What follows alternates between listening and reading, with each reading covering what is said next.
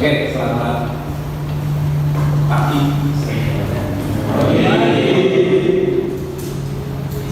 Kita lanjut ke materi kuliahnya. Kita pertemuan juga ya. Pertemuan kedua tentang siklus hidrologi.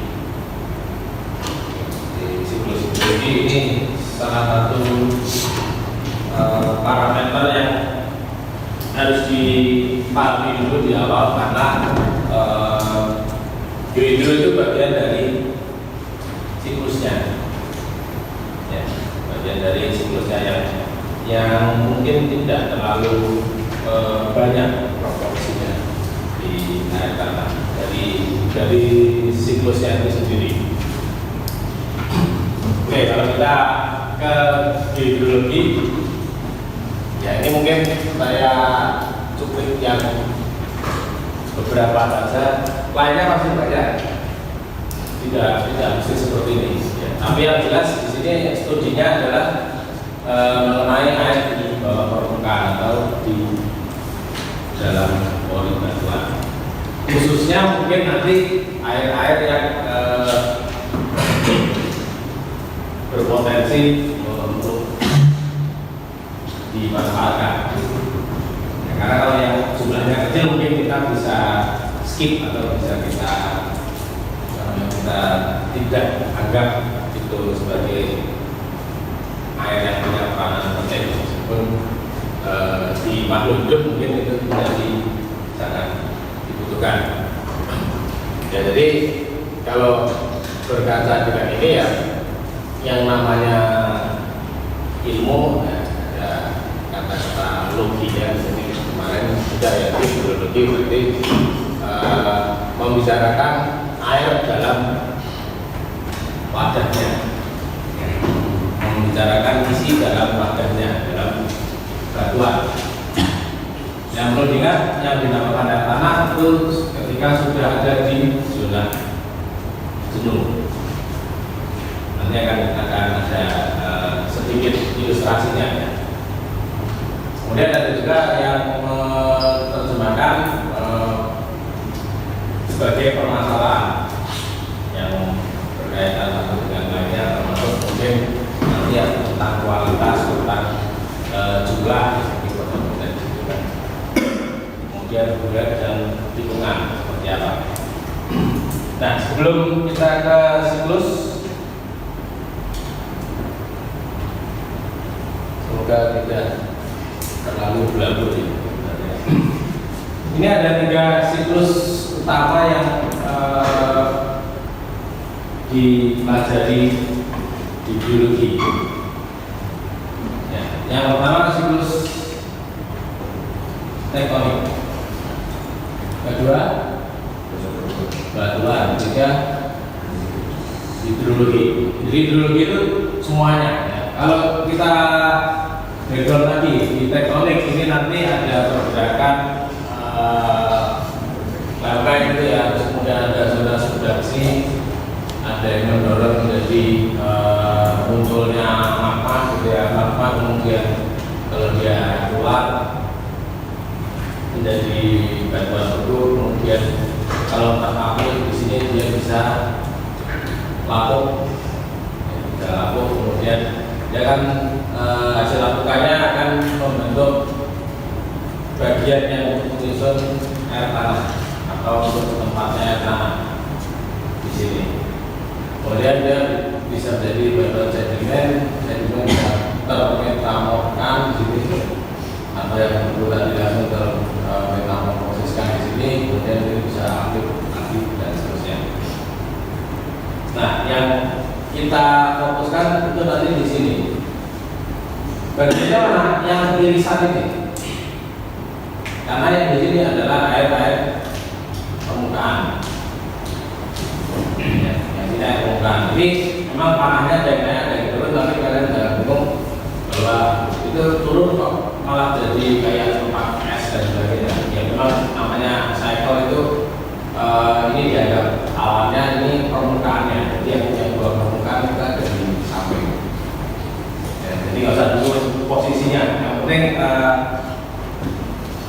prosesnya saja kalian bisa lihat di sini, di bagian sini.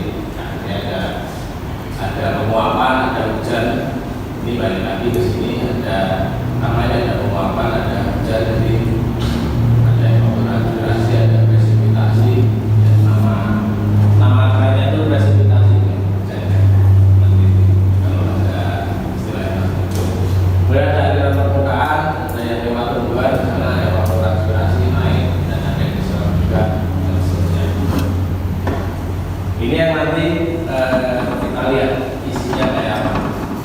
Kemudian kalau mungkin disederhanakan,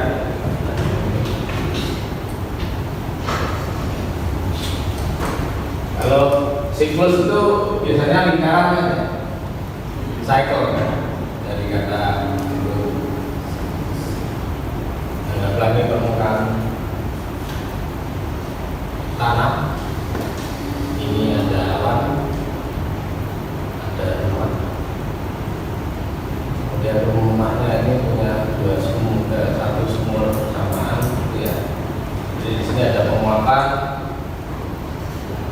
ini mungkin jadi ada peristiwa kondensasi, nanti terus itu hujan, jadi air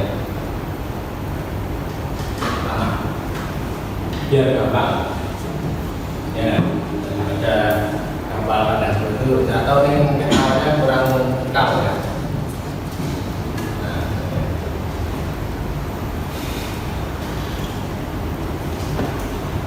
dan pasti akan seperti ini. Kalau dalam siklus yang ideal.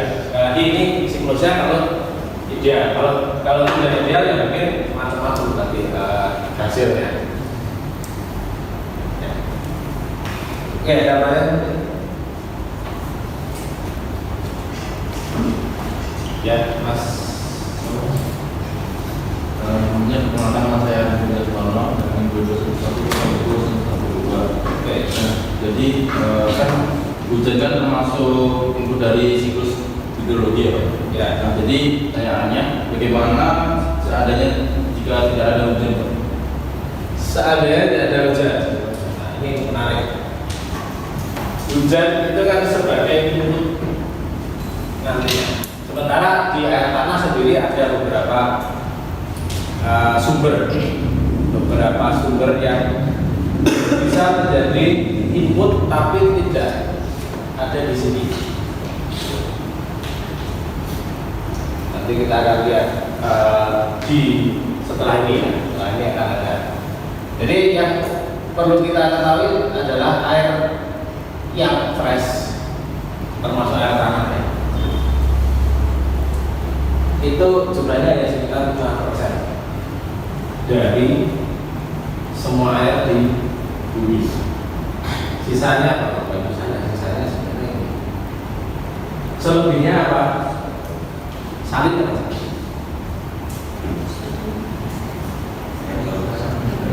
Air garam ke laut. Air salin, air yang tidak fresh nanti. Ini bisa diartikan air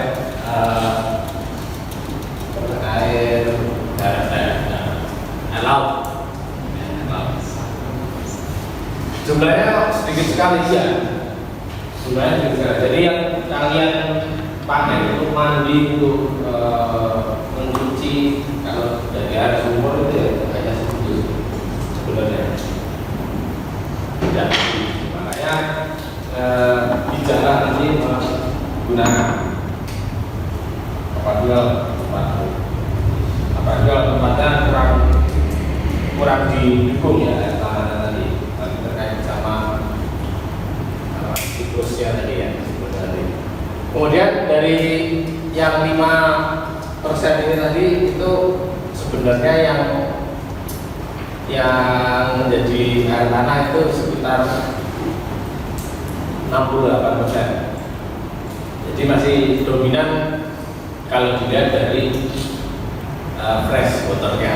Tapi kalau dilihat dari komposisi air secara keseluruhan itu akan kecil juga jumlahnya. Jadi 68% dari 5%-nya tadi atau 4,9 itu akan akan sedikit banyak berpengaruh nanti mungkin di tapi ini tidak perlu ditambahkan angkanya karena ini akan berubah. Mungkin ada faktor penguapan, ada faktor penerapan pemakaian air tanah dan sebagainya. Itu ada beberapa penyusun mitologi, ada pasir, ada sel, ada batu pasir, ada granit. Di situ nanti akan diklasifikasikan terlebih dahulu. Klasifikasinya ada yang permeabel atau yang tidak ada yang redap, ada yang impermeabel. Yang impermeabel itu yang tidak bisa ditembus air atau sulit lah, mungkin bisa tapi sangat kecil sekali kemungkinannya atau sangat sedikit jumlahnya. Nah, kondisi yang kayak gini ya, ada ini dianggap kedap ya dua-duanya. Jadi yang bolong yang tengah, jadi ada dua lapisan begini. Kalau saya buat vertikal ini sama-sama kedap.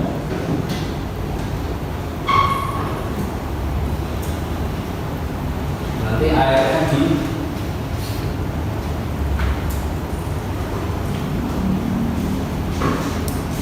di situ kalau ada hujannya. Kalau tidak ada hujannya berarti kosong. Untuk gambar ini nanti ada kondisi di mana ada sumber air yang tidak masuk di siklus ini, gambarnya ini. Ya, itu sepakat kita agak hujan ya ini.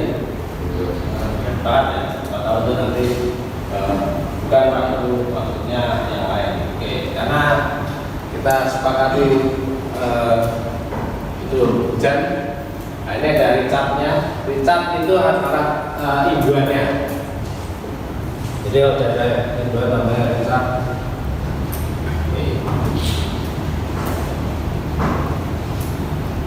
Atau daerah tangkapan.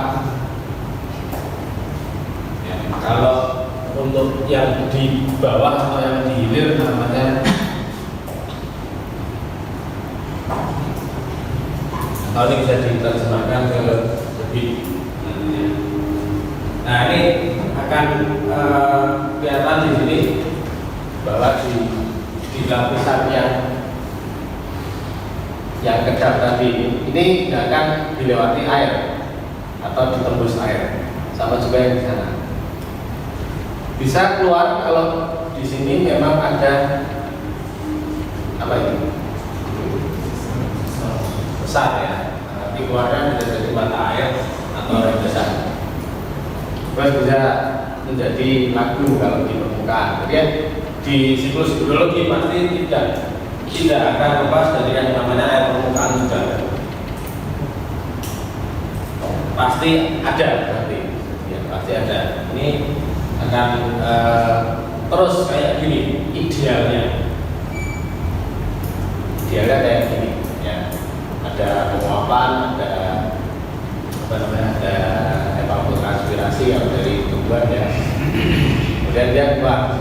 Nah, mungkin pun keluarnya nggak harus kondisinya kayak gini, bisa jadi yang keluarnya menggunakan misalnya pakai sumur. Nanti ini ada ilustrasinya.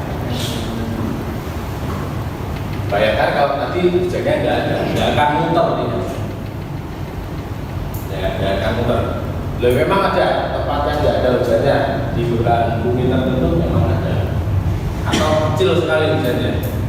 Sebenarnya ada hujan tapi sudah habis di tengah jalan.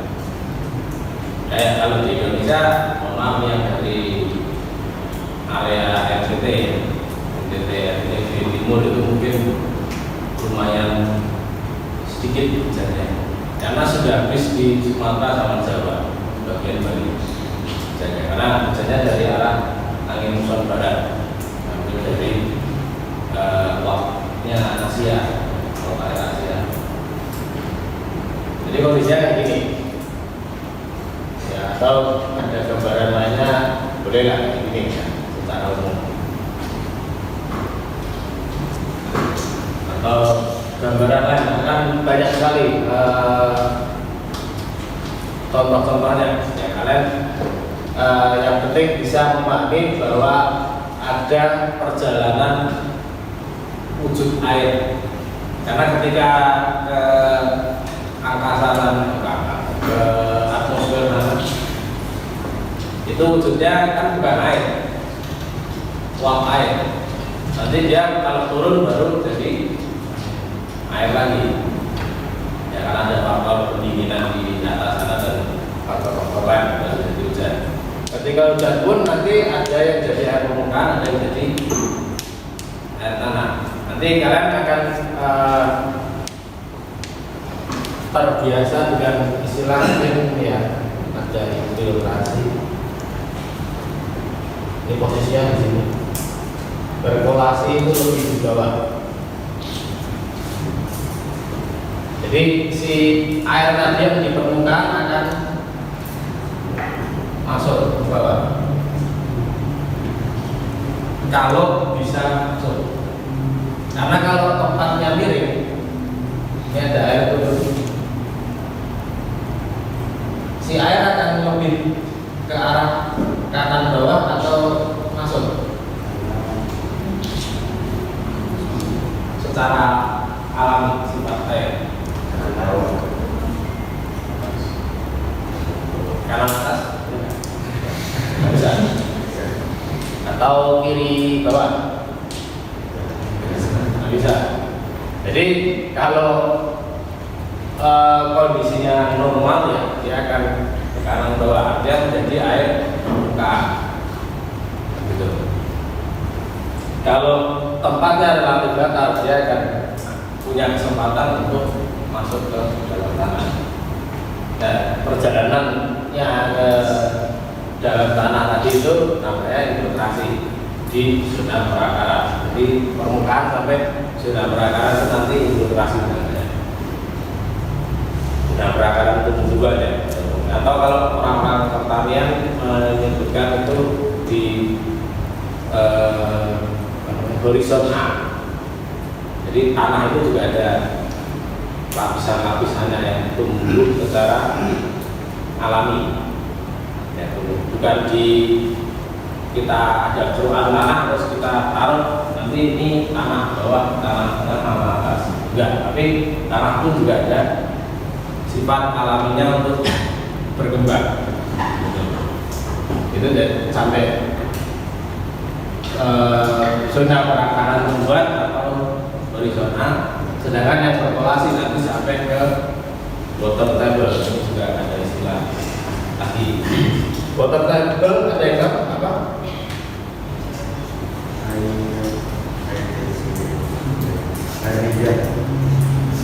Air meja. Ada yang menerjemahkan meja air? Karena air meja ya.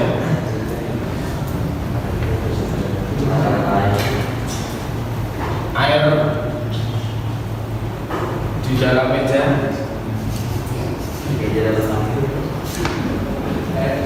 Meja dalam air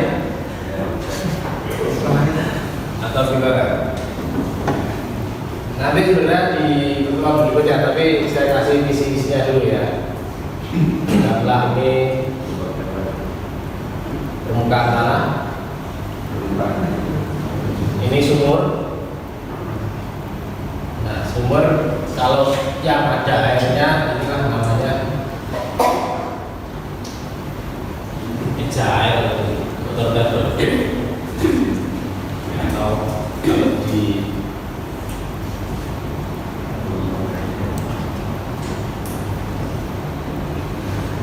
dilihat dengan zonanya, ini adalah zona yang jenuh tadi. Ini yang belum jenuh. Ini bahasa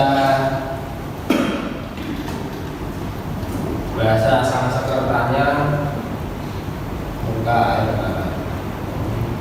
Oh.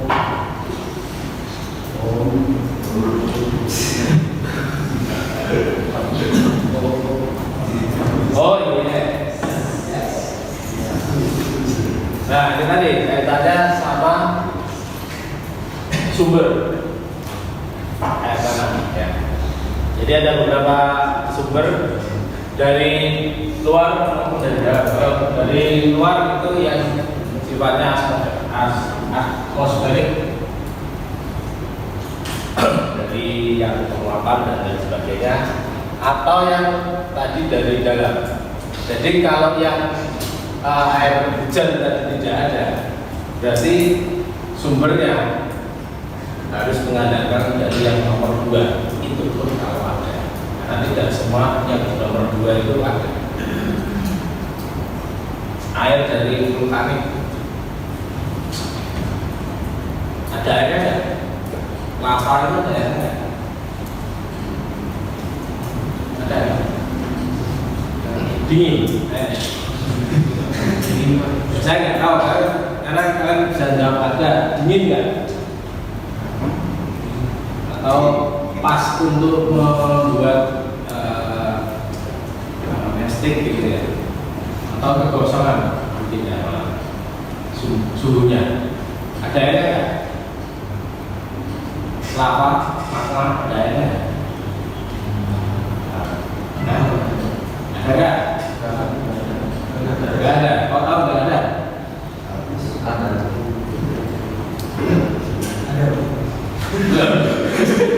Ya nggak apa-apa ya, namanya berubah pikiran tuh bisa aja. Jadi nggak hanya yang politik aja yang tiba-tiba membuat koalisinya. Pikiran itu nggak apa-apa. Magma itu benda apa? Padat, cair, gas? Air. Bisa cair dari mana? Air. Ya memang suhunya panas. Suhunya memang panas. Karena dia bisa ngalir, walaupun mungkin kental gitu ya. Kalau kita lihat ada leleran dari lava terus keluar dari lahar, kemudian campur dengan yang lain-lain di luar gunung apinya, ya itu bukti sebenarnya bentuknya adalah cairan. Karena di bawah lempengnya kan juga cairan, cairan yang isi mantel bumi. Ini sama juga, yang keluar juga yang cair-cair. Kemudian air magmatis juga sama, waktu pendinginan. Kemudian kosmis dari meteor. Meteor jatuh dari angkasa luar sana, ketika masuk itu masih ada kandungan airnya meskipun sedikit. Makanya kalau tidak ada air hujan, biasanya tempatnya akan kering. Karena nggak mungkin mengandalkan ini sebagai sumbernya. Apalagi yang ke B itu, connect water, yang air terjebak, sifatnya akan sangat buruk untuk dikonsumsi yang connect water. Kenapa? Karena dia punya kadar zat bor tinggi, biasanya juga asin. Dia air purba yang ada di satu tempat yang nggak ikut ke siklus karena dia terjebak. Yang namanya terjebak kan tidak kemana-mana. Itu biasanya namanya air fosil. Ada juga yang menamakan seperti itu, air fosil. Jadi yang asal air tanah yang dari dalam adalah yang di luar dari siklus yang ditanyakan tadi. Ya, kira-kira ada oceanic water juga.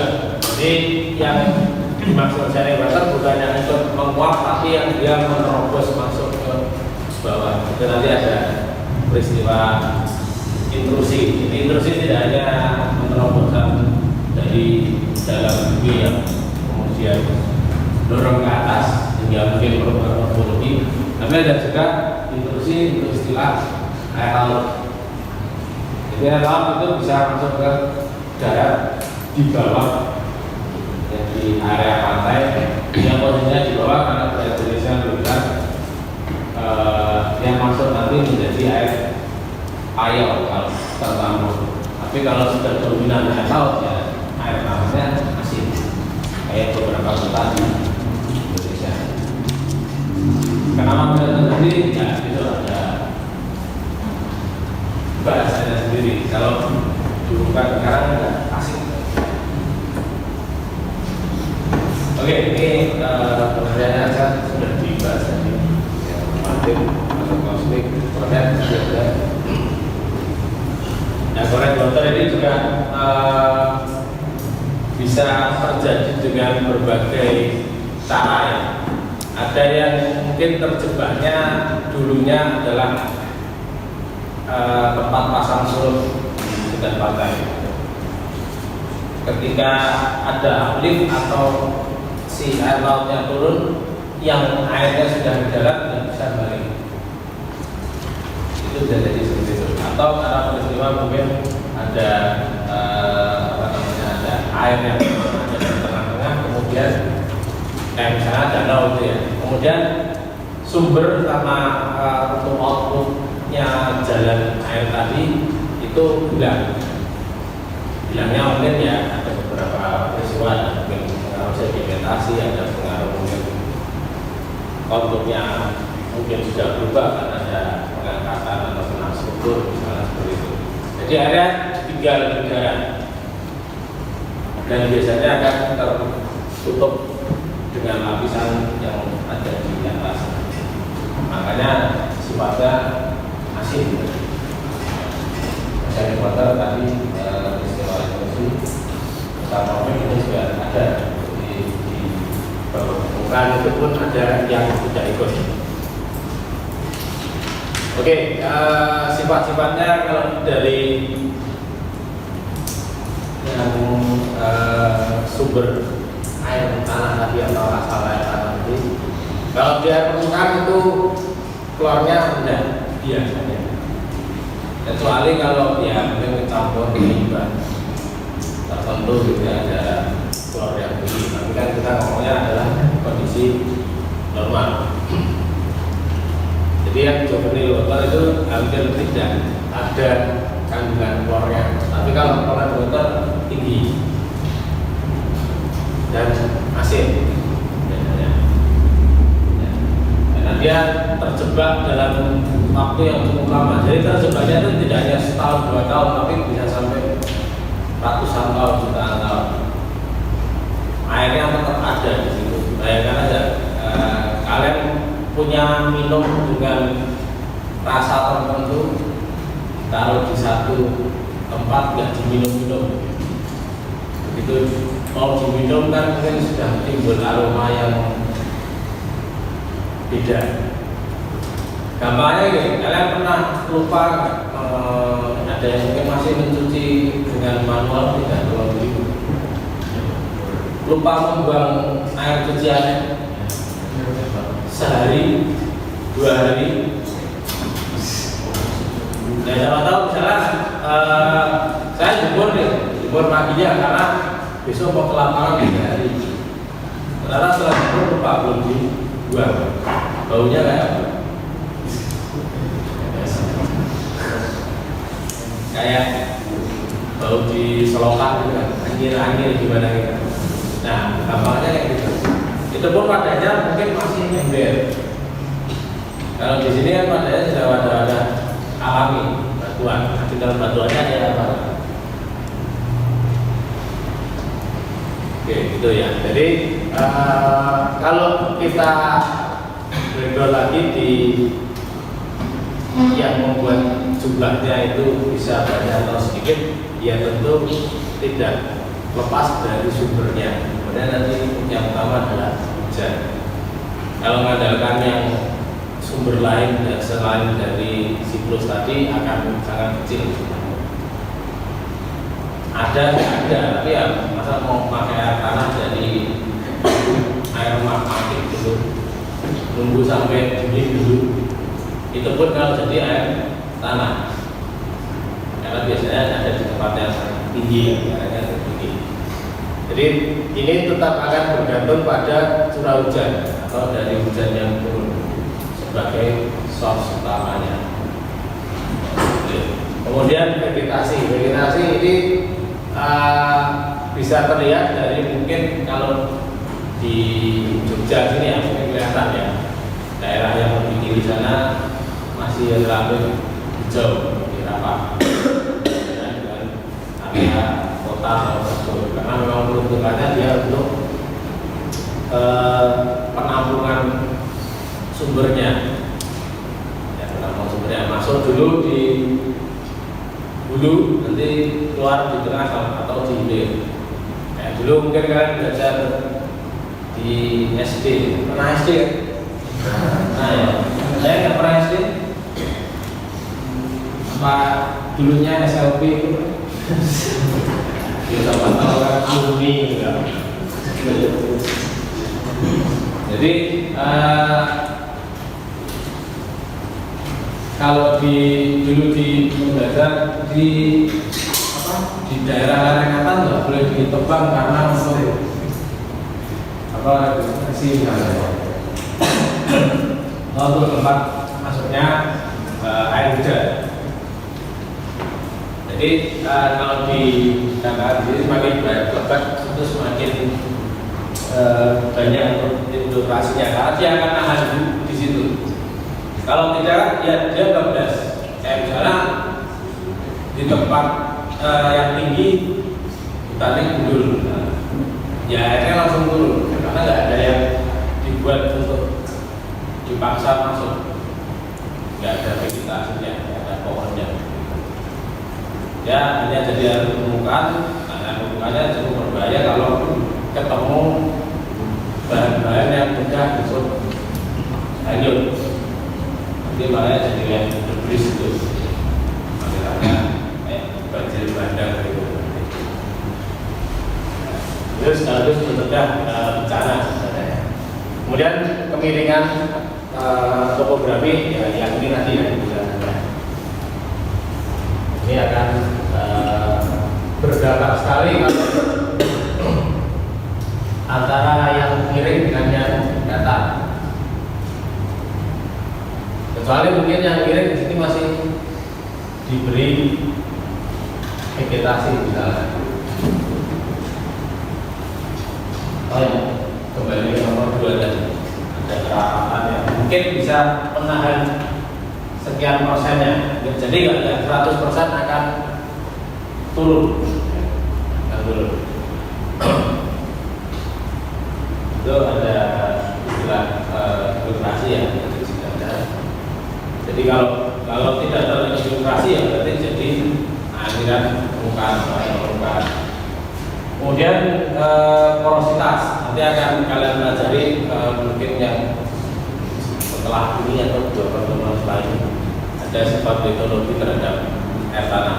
Artinya porositas. Jadi porositas ada yang SG istilahnya, specific yield sama specific retention. Itu apa? Nanti ada hitungannya sendiri. Yang jelas kalau porositas di sini yang dipakai biasanya untuk hitungan air tanah adalah porositas yang efektif. Jadi bukan porositas total, tapi porositas efektif itu yang SI yang bisa terpakai dari satu batuan. Jadi batuan itu di bawah ada rongga-rongganya. Nah, rongga-rongga yang berhubungan satu dengan yang lain, ya, rongganya itu nanti yang masuk hitungan SI. Tapi kalau yang tidak saling berhubungan meskipun rongganya banyak itu sudah tidak akan menguntungkan untuk hitung-hitungan seperti ini. Karena tempatnya jadi sempit. Ya. Contoh misalnya kayak gini, kalian bayangin ini. Ini ada ruangan S2, 02, 3, terus 45, 67. Ya, ada ruangan 4 yang besar. Nah, kapasitas ini kan menjadi lebih besar kalau 4 empat-empatnya punya kalau istilahnya di dalam connecting room bolong. Ya, ini jumlahnya kan jadi lebih besar. Ya, orang-orangnya pun kalau masuk juga akan lebih enak gitu, karena ini bisa terus ke sana daripada harus masuk satu-satu. Gampangnya kayak gitu. Kalau mau ngambil air tanah kan enak yang wadahnya besar daripada yang wadahnya kecil-kecil walaupun banyak, tapi dia nggak nyambung. Kan kalau minum mungkin bisa aja langsung dengan gelas yang besar yang mungkin segini, minum air kalau haus, ya, yang gelasnya diameternya segala besar, atau bisa juga minum dari yang gelasnya yang kecil-kecil. Ini secara volume sama, minumnya mungkin yang kecil belum sampai 8 kali, tapi yang gelas besar cukup sekali, bahkan mungkin nggak habis. Gampangnya kayak gitu. Jadi itu akan berpengaruh di jumlahnya. Kalau jumlahnya mungkin nggak akan banyak berubah, tapi nanti ada air yang akan tinggal di tempatnya. Karena nggak mungkin ada air di satu wadah, satu ember misalnya 10 liter. Ketika akan pindahkan ke tempat lain, jumlahnya 10 liter ya, yang pindah. 10 liter air di ember dipindahkan ke ember yang lain. Di ember yang baru, apakah volumenya 10 liter? Kenapa kan? Ada yang tumpah, ada yang jatuh. Kalaupun nggak ada yang tumpah, tetap karena awalnya 10 liter. Mana sisanya? Kemana ini? Yang hilang gimana? Ya? Enggak? Enggak ada yang begitu ya? Masih jaga sebelumnya. Iya. Apakah ketika atau gelas ya, gelas 200 ml pindah ke gelas baru. Gelas yang ini ring. Apa Pak? Hah? Nah, buktinya ada iklan juga ada tes terakhir. Berarti kan masih ada. Ya buktinya nanti pakai tisu, kalau sudah ini berarti masih ada. Memang nggak bisa. Itu nanti akan berpengaruh juga dan akan banyak dibahas tadi di porositas. Kemudian retakan, makin banyak retakan, makin banyak tempat untuk masuk. Perkara nanti retakannya di bantuan yang kurang bisa menjadi apiper itu nanti berusaha. Jadi prinsipnya makin banyak retakan, makin banyak celah untuk masuk. Oke, ada pertanyaan sampai sini? Tapi nggak ada dompet ya?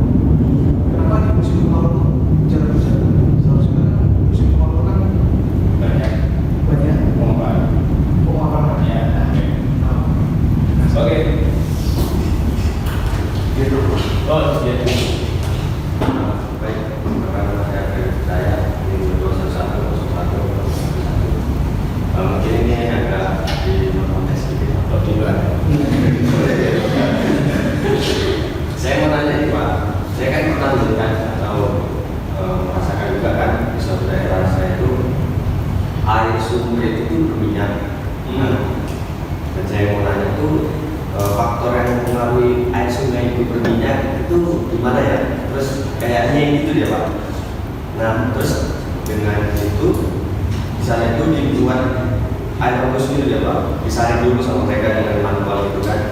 terus dipakai terus itu apakah layak diminum untuk enggak?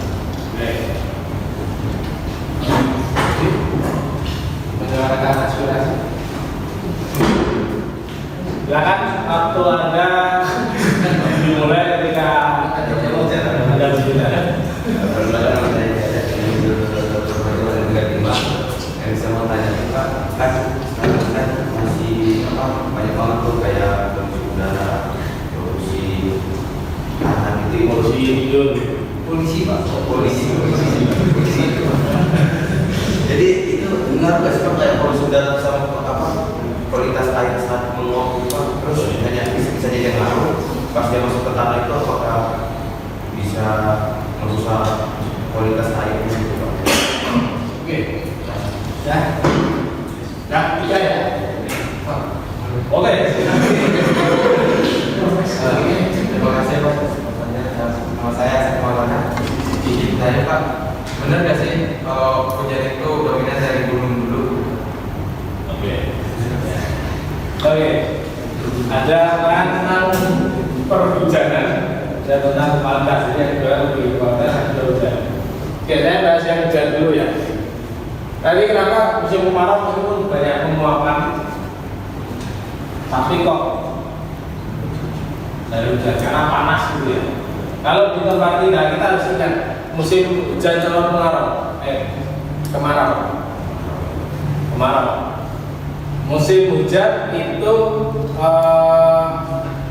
munculnya atau secara teoritikalinya di akhir tahun. Mulai Oktober, November, Desember, Januari, Februari, Maret ini terakhir. Harusnya setelah itu kemarau. Nah, kita juga harus ingat ada angin yang membawa si uap tadi. Nah, masalahnya di Indonesia sendiri ketika kemarau itu yang dibawa uap dari Australia. Yang benuanya kering, makanya kadang-kadang panasnya nggak kira-kira. Hawanya tidak hanya sekedar panas tapi lebih ke kayak ada yang pernah ke salon ini apa namanya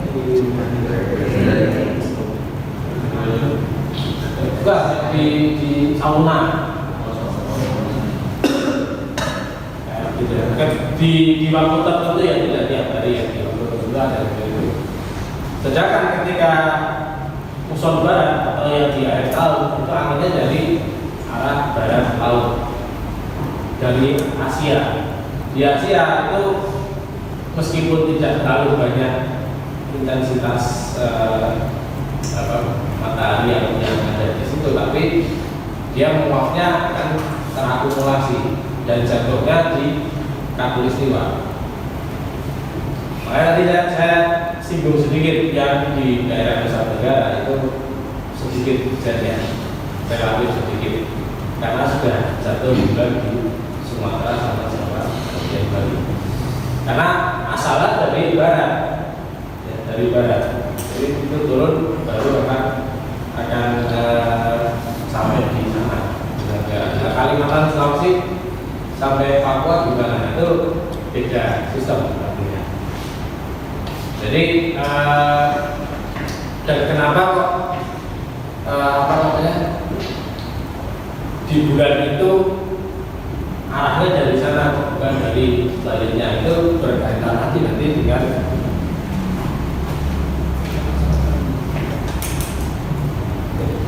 dapat ya kayak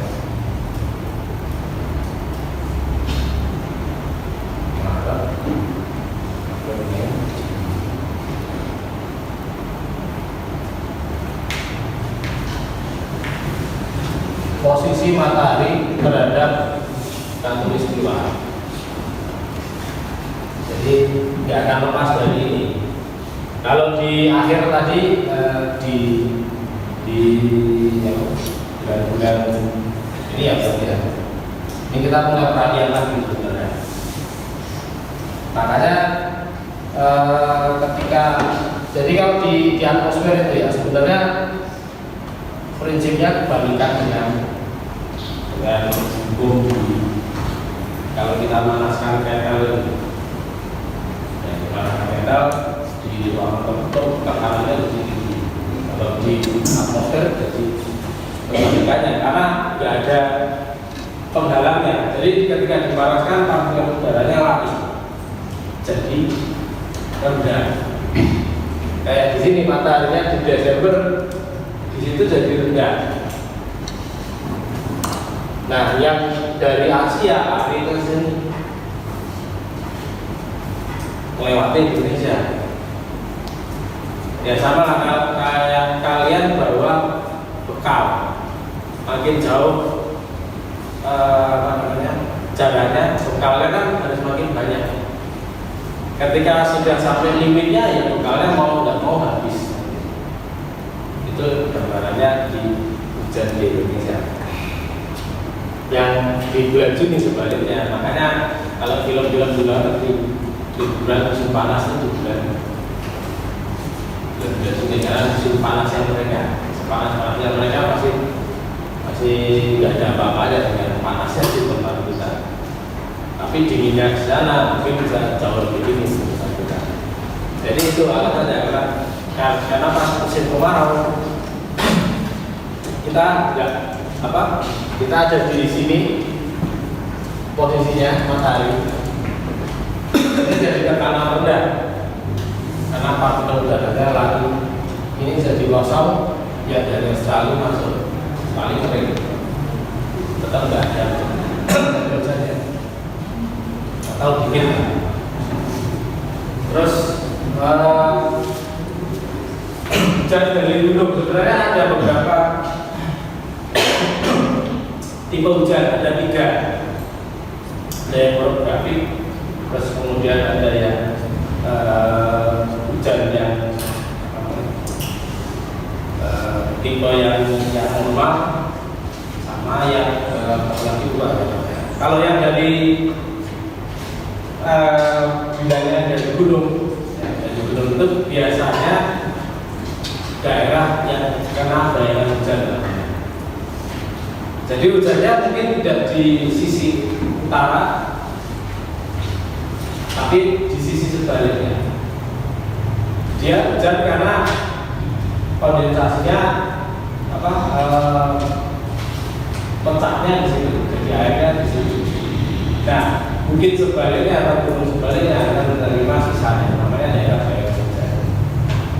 Sebenarnya tidak harus di gunung ya. Tempat lain pun kan sama juga. Kayak misalnya hujan-hujan yang terjadi belakangan ini, yang kalau kalian lihat awalnya warnanya kelabu putih, kayak ada lapisannya hitam putih gitu ya. Kejadiannya biasanya cuma sekitar 1 jam, tapi terus sampai ada anginnya. Nanti ketika mulai sore ada hujan lagi, tapi relatif lebih tenang. Nah, itu yang kedua. Kemudian yang ketiga ya hujan di musim tadi, hujan yang musim konvensional biasa. Jadi kalau yang di gunung itu memang ada tipenya, namanya yang orografik. Itu ada namanya. Jadi tidak harus selalu di gunung. Di pulau pun juga ada. Jadi ya dapat hujannya dari penguapan lautnya. Terus kemudian yang saya berkaitan tentang kualitas air, ini sudah jauh sekali ya. Baru disiplus tapi sudah kualitas air. Tapi apa? Di kualitas air memang ada faktor iklim, faktor geologi, ada sana ada ini vegetasi, itu ada semua. Kemudian kalau ada air hujan, ada polusi, ada pencemaran dan lain sebagainya di udara. Sebenarnya fungsi dari hujan itu mencuci udara. Kalau di sini terlalu terasa ya, tapi di kota-kota yang banyak pabrik industrinya, setelah hujan lebih seger karena dicuci, ibaratnya seperti itu. Memang dicucinya adalah ya dia akan nempel di airnya jatuh. ke bawah masuk. Nah, perkara nanti bisa terfilter atau tidak, ya itu tergantung tempatnya juga. Kalau tempatnya masih ada komponen pasir, kecil, lempung, itu masih bagus, bisa memfilter kandungan lemak. Walaupun beda-beda ya, jadi keberhasilannya atau turunnya itu beda-beda. Jadi tetap bisa mempengaruhi secara kualitas. Terus kemudian yang ada minyaknya ya, minyak, asli minyak. Nah itu kalau tadi dibilang air atau tidaknya memang harus diuji. Tapi kalau secara fisik itu sudah tidak layak untuk minum ya. Kasusnya saya fokus ke minum. Kenapa tidak layak? Paling gampang kalau kalian temukan air sudah ada salah satu nih, sudah ada warnanya, sudah ada baunya, atau ada rasanya. Di luar warna sama rasa sebagai minuman yang memang berdasar dan ada warnanya. Jadi sekalipun tidak ada baunya, tapi ini air bening tapi kok ada rasanya. Bukan yang ada manis-manisnya itu bukan. Tidak seperti itu kan memang dikasih. Tapi kalau yang dibutuhkan atau ada lebih, kok ada minyaknya meskipun tidak ada rasanya atau tidak ada baunya, tapi ada minyaknya, ya memang itu tidak ada. Kalau ditanya penyebabnya apa, kita harus proses dulu juga. Karena kalau banyak diceritakan banyak faktor. Yang bisa jadi memang di situ mungkin ada bocoran minyak atau mungkin ada yang lain, itu nanti akan ada kasusnya sendiri. Karena bisa jadi ada studi kasus bocoran minyak itu bisa sampai ke jauh. Bocoran minyak entah SPBU, entah di bengkel kereta, entah itu mungkin di dekat pelabuhan, itu bisa saja bocor. Karena kalau sudah ada tempat untuk itu, ya tinggal kita tunggu maksudnya gimana. Kecuali kalau itu memang minyaknya untuk dieksplorasi, tapi kan itu minyaknya mungkin minyak bocoran mungkin. Biasanya seperti itu. Nah kalau minyak diambil untuk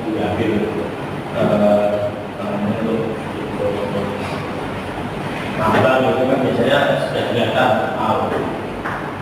Ya nanti kalau mau lebih validnya harus diuji lagi. Diuji lagi itu nanti ada parameternya. Bersihnya sekian, maksimal TDS sekian, nanti tidak berwarna, tidak berbau, tidak berasa, pH sekian. Tidak boleh ada bakterinya, deterjen maksimal sekian. Tergantung nanti peraturannya bagaimana.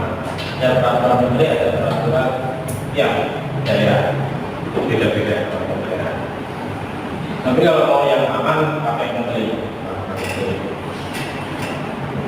Itu cukup? Oke, kalau cukup dan tidak ada lagi yang menambahkan, waktunya tugas di lain waktu. Atau pengen sekarang? Oke, sudah saya akhiri. Terima kasih.